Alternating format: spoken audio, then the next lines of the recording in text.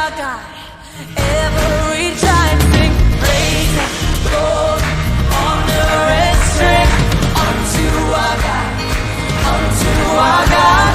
Matchless, endless, love unrestrained. This is our God. Every tribe sing. Hai, shalom semuanya.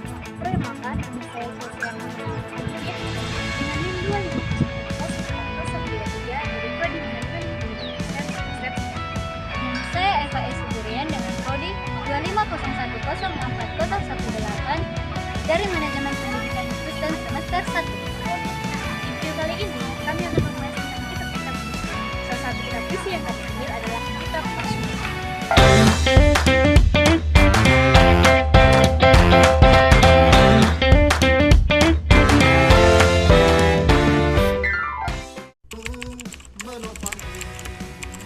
Baiklah, di sini saya akan bertanya kepada teman saya Eva Siburian, siapa sih yang menulis kitab Mazmur? Mas Siburian kalau menjawab, kitab Mazmur ditulis oleh beberapa orang dengan Daud sebagai penulis utamanya yang dikaitkan dengan 73 Mazmur.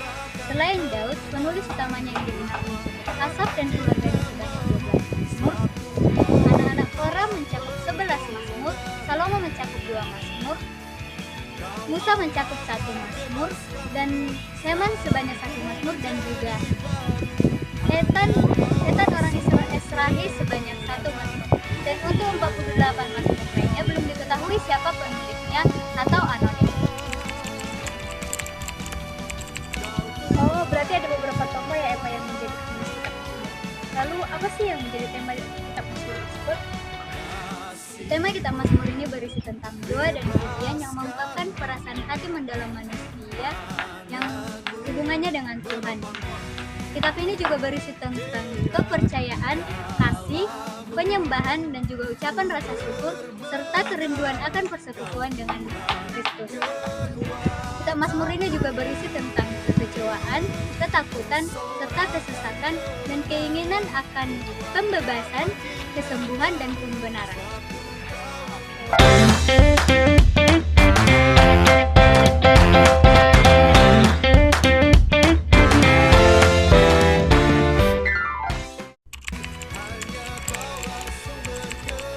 Dan sekarang saya ingin bertanya balik kepada teman saya, Chelsea. Kalau boleh tahu, tahun berapa sih kitab Mazmur ini ditulis? Kitab Mazmur ini ditulis dengan kurun waktu yang sangat panjang, kurang lebih sekitar 1000 tahun lamanya, dan pada periode utama pada abad ke-10 sebelum Masehi hingga 5 sebelum Masehi. Oh, sangat lama ya. Kalau boleh tahu, apa sih tujuan dari kitab Mazmur ini? Yang menjadi tujuan kitab Mazmur ini yang pertama yaitu doa sebagai ungkapan kepada Allah, mengungkapkan apa yang menjadi problem kita, kekecewaan kita yang mendalam, dan itu bertujuan untuk mendapatkan pembebasan dan kesembuhan. Dan tujuan yang kedua yaitu sebagai nyanyian, sebagai ungkapan syukur kita kepada Tuhan atas berkat dan hal-hal besar yang sudah diberikannya dan dilakukannya kepada kita.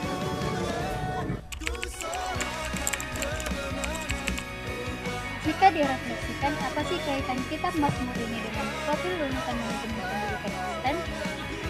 Kaitannya itu, kitab Mazmur ini kan mengajarkan kepada kita bahwa penghuni itu membangun hubungan yang sangat erat dengan Tuhan sebagai sumber hikmat, kekuatan, dan landasan melakukan tugas kepelainan kepemimpinan di bidang pendidikan Kristen.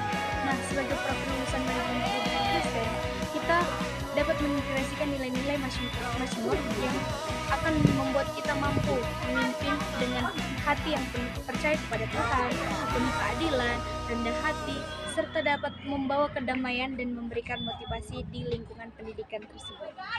Wow, ternyata kitab Mazmur ini sangat terkait ya dengan profil lulusan manajemen pendidikan Kristen. Apa sih yang menjadi ayat pegangan kamu dari kitab Mazmur ini?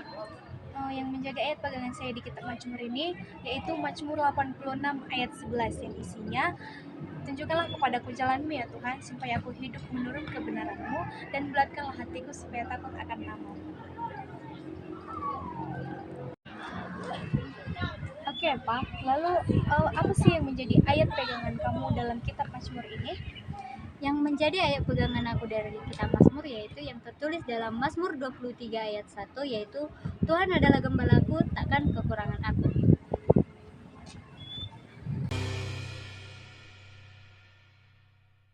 Kita sudah membahas tentang puisi dalam Alkitab, bagaimana para penyair Alkitab senang menggunakan pola-pola dan mahir dalam menggunakan kiasan dan lambang. Puisi-puisi ini membawa kita ke dalam suatu pengalaman untuk merenungkan sebuah gagasan dari berbagai sudut secara perlahan. Dan kitab Mazmur merupakan kumpulan puisi terbesar dalam Alkitab. Dan kitab inilah yang akan kita bahas sekarang. Nah, orang-orang Israel sudah menulis banyak puisi di sepanjang sejarah mereka. Ya, puisi-puisi ini ditulis oleh orang bijak, para raja, dan nabi-nabi Israel. Beberapa puisi dinyanyikan oleh paduan suara dalam bait suci di Yerusalem. Sementara yang lainnya diucapkan dalam doa-doa keluarga di rumah. Dan selama berabad-abad, puisi yang paling penting dan paling sering dibaca telah dikumpulkan untuk dibacakan atau dinyanyikan dalam acara-acara khusus. Kita pasti sering mendengar tentang buku-buku puisi yang merupakan kumpulan puisi-puisi terbaik di mana kita bisa membaca sampai habis dan memilih yang kita suka. Tetapi kitab Mazmur bukanlah kumpulan puisi seperti itu. Dalam kitab ini, setiap puisi ditulis dengan sangat indah, lalu ditempatkan dalam posisi tertentu dengan tujuan untuk membangun alur cerita dari awal hingga akhir kitab tersebut. Kitab Mazmur menceritakan kembali seluruh kisah Alkitab secara puitis dan mengajak kita untuk memasuki suatu bait sastra. Bait sastra? Ya, jadi kemah suci dan kemudian bait suci di Yerusalem adalah tempat di mana orang-orang Israel zaman dahulu datang untuk berjumpa dengan Allah. Setibanya di sana, kita akan menemukan berbagai karya seni dan gambaran ada di mana-mana. Kita akan menyaksikan para imam melakukan berbagai upacara. Kita akan mendengarkan doa dan nyanyian. Semuanya secara simbolis menyatakan bahwa Allah kita memerintah atas dunia ini dari atas gunungnya, dan kita berada di ruang tamunya. Jadi bait suci adalah tempat di mana kita berdiam dalam hadirat Allah dan juga tenggelam dalam kisah kerajaan Allah. Benar sekali. Jadi coba bayangkan betapa traumanya orang-orang Israel ketika bangsa Babel menyerbu kota Yerusalem, menjarah dan membakar bait Allah, dan kemudian membawa banyak dari mereka ke dalam pembuangan. Ya, sekarang kemana mereka dapat pergi untuk berjumpa dengan Allah, untuk berdoa dan menyanyikan kisah mereka? Baiklah, sampai di sini pembahasan kami mengenai kitab Mazmur, di mana kami tadi sudah membahas apa yang menjadi temanya, siapa penulisnya, tahun berapa ditulis, dan apa tujuan dari kitab Mazmur ini ditulis, dan jika direfleksikan, apa keterkaitannya dengan kitab Mazmur dengan profil lulusan manajemen pendidikan Kristen. Sekian dari kami. Jangan pernah bosan berbuat baik. Tuhan Yesus memberkati. Shalom.